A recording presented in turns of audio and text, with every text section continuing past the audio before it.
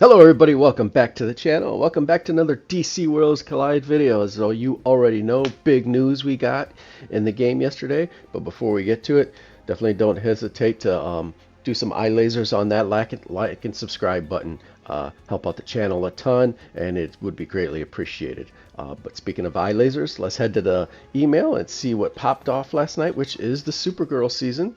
So here's our season preview. Last Daughter of Krypton. It says in June, DC Worlds will welcome a brand new season inspired by the new Supergirl movie. Two new Warriors will join the roster from the movie, the legendary Supergirl and the epic Ruth.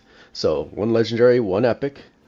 And that's not all. The season also brings two characters from DC Comics, the legendary Lobo and legendary Black Adam, who will help lay the groundwork for future shock-focused teams. So get this, three legendaries, one epic. No words on any reinforcements or any artifacts, but hopefully that'll come with the next email if there are any. Hopefully there is. But definitely save those sets. The first thing I find interesting is that it's Supergirl DCU and Ruthie DCU, but Lobo is not DCU. It's the comic book version. I wonder if that's a Jason Momoa issue or not. I don't know. But Lobo from the comics, not from the movie. And then Black Lightning, I'm not very familiar with Black Lightning. I believe they had a show on the CW for Black Lightning for a couple seasons during kind of the Arrow era. So I do remember that he was kind of shock electricity type stuff anyway. So there's one of our shock confused guys. It'd be a shame if the other one's not Shazam, but who knows? But Black Lightning for sure. So well, let's hop into the rest of the email and see what it says. It says The Last Daughter of Krypton season is built around a hard-hitting, relentless play style that mixes raw power, survival, and stubborn determination. Each of these characters brings a different kind of pressure to the game plan, from overwhelming force to chaotic disruption to steadfast support. Sounds like they do everything.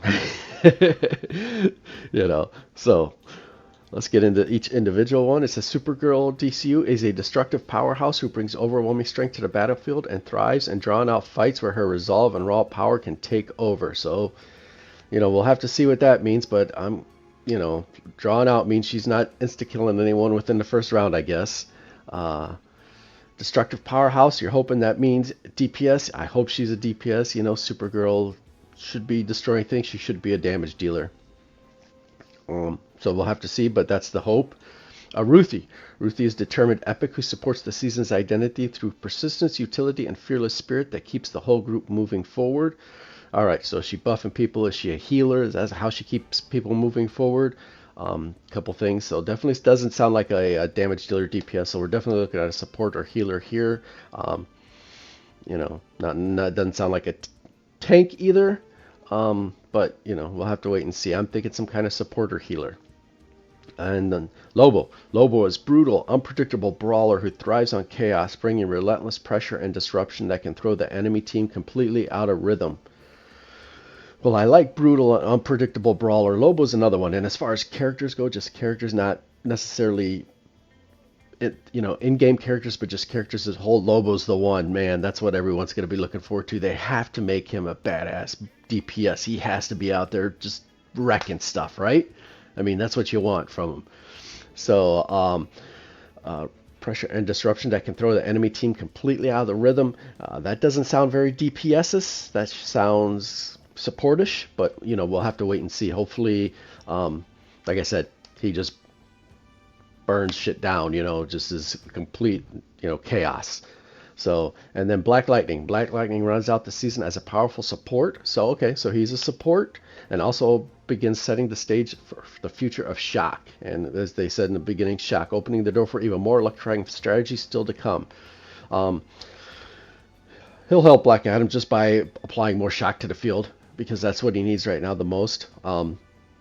So, definitely will be a step in the right direction. I still think it's unfortunate that we're not going to get a Shock season, which means this is going to be drawn out over a couple seasons. So unless, June's Supergirl, how far we get in July, and then August is the Lanterns show. So, we'll have to see what happens in between Supergirl and Lanterns. But it's unfortunate that this looks like it's going to be a slow trickle for the Shock team. And then the rest of the email says this is an early look at what's coming next month. We'll show more details on dates, events, and each character's release in a future message. Thank you for your patience and continued support while we make these adjustments. We truly appreciate it. DC Worlds Collide. So that wasn't the only thing they did last night, though. They were busy. So changes to White Lantern Kyle Rayner. So looks like they're going to give Kyle a little bit of a buff here. Now you can look at this one or two ways. You can say, hey, this is great. They're listening to us. They're making this character better. This is awesome. Or since it's run in line with his rerun, you can look at this and say, well, they're just trying to make you spend your sets and your money. And they know he's a crap character, so they're going to make him better so you're more willing to part with your money. I have my opinion. I'll let you have your own, and we'll just go in and we'll take a look at the email and see what they've changed. So this just talks about how they reviewed and everything like that. So stat changes, they did his base attack, his base defense, and his base HP. Almost 200 to the HP. What's that? That's 17 to his base defense and 68, 23 to his very weird number. I wonder how they came up with these numbers. About 23 to his base attack. Skill changes, ultimate. His Bombard the Stars. Superpower damage dealt increases to 450%. And new is while Kyle armor is active, he also gains 20% more critical rate. His passive, White Lantern, now deals 20% more damage to enemies with less than 50% of their HP remaining. When Kyle defeats an enemy while in his upgraded mechanized Bombard Stars armor, all enemies will receive superpower damage equal to 40% of any overkill damage that the defeated enemy sustained. The change is Kyle now deals 20% more damage to enemies with less than 70% of their maximum HP remaining. So instead of enemies with 50, it's enemies with 70, so that gets more people involved in this damage. If the damage stays the same though. Yeah, two passives. Passive, Light of Life. Now heals himself for 80% of his attack. His action bar advancement increases to 10. It now also triggers this effect when he lands a critical hit on his own turn. Okay. Yeah, heals of his attack. Huh, that's a weird one. I'm not quite sure I understand. Kyle now heals himself for 80% of his attack. His action bar advancement increases again to 10%. Rayner also triggers this effect when he lands a critical hit on his own turn. Okay, so when he lands a critical hit on his own turn, that kicks off too. And then White Light Shelter. So it says Rayner is always enveloped in the entity White Light. At the start of the battle, his attack increases by 10%. He also gains 2 stacks of shelter for the entire battle. Kyle Rayner allies are similarly torched by Life's Radiance. They all receive 1 stack of Frantic for the entire battle. Kyle Rayner's armor is active. He regains 1 stack of shelter at the start of each round. So they've added a little something for when he's his armor's added too. He gets shelter. So there you go. A little bit. This one kind of threw me off here a little bit. The wording, because I don't see anything in here. It says when it's triggered, and all of a sudden now it's triggered when he lands a critical hit. So, but I don't have him. Any of you guys do? Don't hesitate to let me know if this makes a difference. If you see a difference in this, because I believe they said it should be in effect, right? These updates are meant to improve overall. The dangers below are in effect now. Yep. So all you White Lantern guys out there, definitely let me know what it looks like and how he's doing, with these updates, if it's made a difference or not. We're gonna do a couple summons here. We'll do my last 5 for Black Adam since he's, or actually, is it the last 5 for Black Adam? Yeah, we'll do our last 5 for Black Adam, and we'll do 5 more for Artemis again, just to see if we can get him. I did drop down, as I knew I would, to 4. Super Meat Boy's one of our top guys. He went haywire, it looks like. He used a very interesting team. Zod synergy with Mr. T. And then I guess Mr. T throws the shock back is the idea. And then I'm assuming he's in the back row for the damage. So, but very interesting team. He uses Jerry, Parallax, and Lex's armor. And then Shaha is another top guy in my stream, in my server, and he went with the Joker punchline route. But also, if you look at that, there's a Jerry there. I mean, he's got the best score without a Jerry.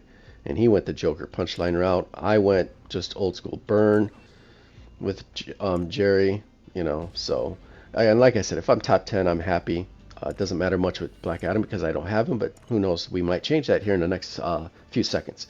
So let's hop in. Let's get these summons kicked off.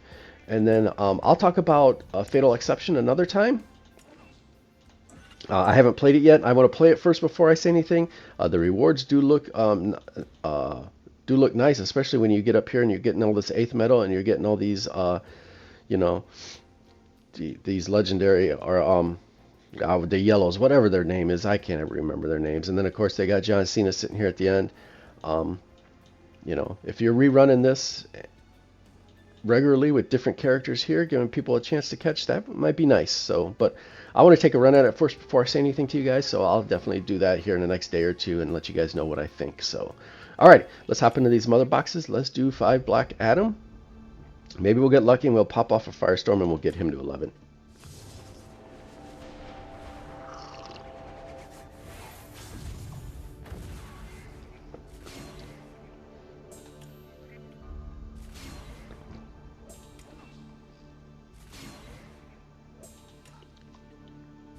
Alright, one more.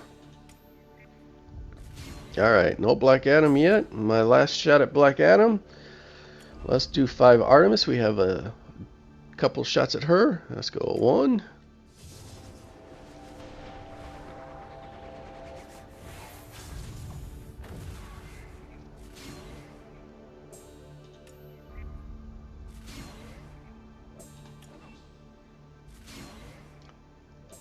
Oh, and it's looking like we're not going to get much of anything. Nope. Struck out again. Oh well, even 200, you know, not too bad. And that's it, you know, like, you know, so definitely let me know your level of excitement for Supergirl. Not a lot of information there, so I know it's hard to gauge, you know, who's good or who's not without seeing a kid or seeing a little bit of understanding. Surprisingly, no mention of Shatter in there yet. Maybe that'll be in the next video, or maybe that's has nothing to do with this season, so we'll have to wait and see on that as well. So, alrighty guys, well I'm out of here. Thanks for hanging out with me. Best of luck on those Amazonian pulls. If you need anyone left from the Amazonian season, now's your chance. I hope you get a bunch of them. And as always, I definitely hope to see you in the next one. Alright everyone, take care.